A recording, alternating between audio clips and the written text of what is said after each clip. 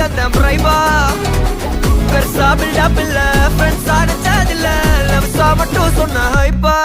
இப்போ சலபல சலபல அடியே